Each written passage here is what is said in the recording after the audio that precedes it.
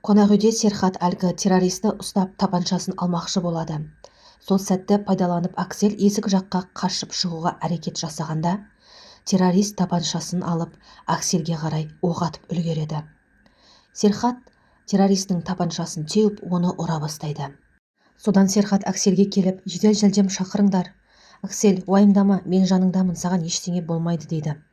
Сол сәтте террорист тағы да Серхатқа қарай оқ атпақ болғанда, жасақтар да келіп, террористке оқ атып өлтіреді. Жедел жәрдем келеді. Аксель есін жоғалтып қояды. Зейнеп ішке кіруге талпынады, бірақ ішке кіргізбейді. Зейнеп, Эбру, Серхат деп айқайлайды. Эбру шыққанда Зейнеп оны құшақтап, жаным сіңілім амансың ба дейді.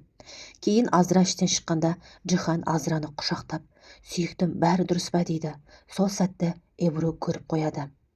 Зейнеп, Серхат қайда дейді. Серхат та іштен шыққанда Зейнеп Серхатты құшақтап, сені жоғалтып алам ба деп қорықтым, бәрі дұрыс па деп жылайды. Іштен жедел жәрдем Аксельді алып шығады. Көп қан жоғалтыпты. Сол сәтте Тибетте келіп, ұлым Аксель, мен келдім, уайымдама дейді. Бірақ Аксель көп қан жоғалтып, аман қала алмайды. Бұл оқиғадан кейін бір апта өтеді. Зейнеп жаңалықты көріп шок болады. Серхат Тейджерді құшақтаған бейтаныс әйел кім деген ақпарат тарайды желіде. Зейнеп Серхатқа, мына ақпаратты көрдің бе дейді. Бұл жерде бала қаза тапты, ал олар бізді түсіріп жаңалық етіпті дейді. Егер ата-ана мұны көрсе ренжитін болды дейді. Серхат, мұндай жаңалықтарға ең дұрысы оларды елемеу керек дейді. Серхат, айтпақшы бүгін әлеуметтік қызметкерлер келеді. Қыздар оқудан келем дегенше олар да келіп кететін шығар дейді. Олардың көзінше біз бір-бірімізді жақсы көретін жұп болуымыз керек. Және денемізде белгі бар ма, оны да сұрауы мүмкін дейді. Зейнеп, менің арқамда жұлдыз тәрізді қал бар дейді. Ал Серхат, менің иығымда тыртық бар. Бала кезде велосипедтен құлап қалғанмын дейді. Джихан Азраға, сол күні мен сені қатты уайымдадым дейді. Азра, иә, мен өлсем сен ешкімді қинап өмірін тозаққа айналдыра алмайсың. Сен менімен қуыршақ сияқты ойнайсың дейді. Джихан, Азра, егер сен мені сүйгеніңде бәрі басқаша болар еді дейді. Азра, мен сені ешқашан сүймеймін. Қонақ үйде де сол баланың орнына менің өлгенім жақсы еді. Сонда сенен құтылар едім дейді. Джихан, сонда сен менімен болғанша өлімді таңдайсың ба? Жоқ, Азра, мен қабірде де сенің қасыңда жатамын. Біз мәңгі бірге боламыз дейді. Зейнептің анасы Рафика да желіде тарап жатқан жаңалықты көреді. Эбрудың Джиханның Азраны құшақтап, сүйіктім, мен сені уайымдадым деген сөздері көз алдынан кетпей ойланып жүреді. Рафика Зейнепке хабарласып, қызым, сенің суретің желіде тарап жүр ғой дейді. Зейнеп, анашым, онда тұрған ештеңе жоқ. Мен сол сәтте қорққанымнан оны құшақтап алдым. Өзім де байқамай қалдым дейді. Анасы, әкең бұны естімесін де, көрмесін де дейді. Сен бізге жалған неке дедің ғой дейді анасы. Зейнеп, иә, дәл солай. Арамызда Серхат бимен ештеңе жоқ дейді.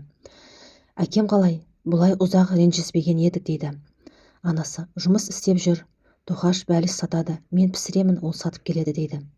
Зейнеп, әкеме жұмыс жасама деңізші, жүрегі ауырып қалар дейді. Анасы, ол мені тыңдамайды. Қырсығып жұмыс істеймін дейді. Мінезі дәл өзің сияқты дейді. Зейнеп, иә, біз сондаймыз дейді. Зейнептің әкесі Ариф көшеде бәліш сатып тұрғанда Эркан келе жатады. Бір бәлішін сатып алып, дәмі керемет, иісі көшенің аяғына дейін шығып тұр дейді. Айтпақшы, желідегі Серхат бейді құшақтаған жұмбақ қыз кім дейді? Ариф, не айтып тұрсың, түсінбедім дейді. Эркан, бауырым, сен не жаңалық көрмейсің бе?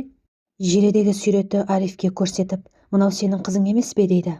Бирак дәрігеріне тексеріліске келеді. Дәрігер баланы УЗИмен көргенде, балаңыздың жүрегі соқпай тұр дейді. Бирак, қалай сонда? Сенімдісіз бе? Тағы да қараңызшы. Бұл қалай? Менің балам шетінеп кетті ме сонда? Жоқ, мүмкін емес. Мен оны қалай жоғалттым, неге бұлай болды деп Бирак жылайды. Бірнеше күн бұрын маған шабуыл жасалды. Мен құлап қалдым. Мүмкін сол себепті шығар дейді. Дәрігер, мен олай ойламаймын. Біз ол кезде бәрін тексердік. Бәрі жақсы болған еді. Мұндай мерзімде жүктілігіңіздің үзілуі әртүрлі себеппен болады. Бізге іштегі шетінеген баланы алу керек. Бүгін операция жасау керек. Әйтпесе ағзаңызға инфекция түсуі мүмкін дейді. Бирак, жоқ, қазір емес. Маған бәрібір, бірақ тек қазір емес деп кетіп қалады. Седеф Серхатқа желіде тарап жатқан жаңалыққа мәлімдеме жасамаймыз ба? Зейнепті қызыңның күтушісі деп айтайық дейді. Серхат: Зейнеп күтуші емес, мұғалім. Біз ештеңе істемейміз дейді. Седеф: онда Берақпен ажырасқан екен деп неше түрлі даулар шығады. Сен Стамбулдағы ең сұраныстағы бойдағына айналасың. Болмаса бұл жаңалықтың таралуына жол бермей, жүрегің махаббатқа жабық деп айтамыз дейді. Серхат: өзің солай жасағың келсе, жасай бер дейді. Сол сәтте Жан келіп, Тибет келді. Екі күзетшісімен қонақ үйдің алдында әлі де журналистер жүр. Жанжал болмас үшін күзетті шақырмадым. Қазір ол мейрамханада дейді.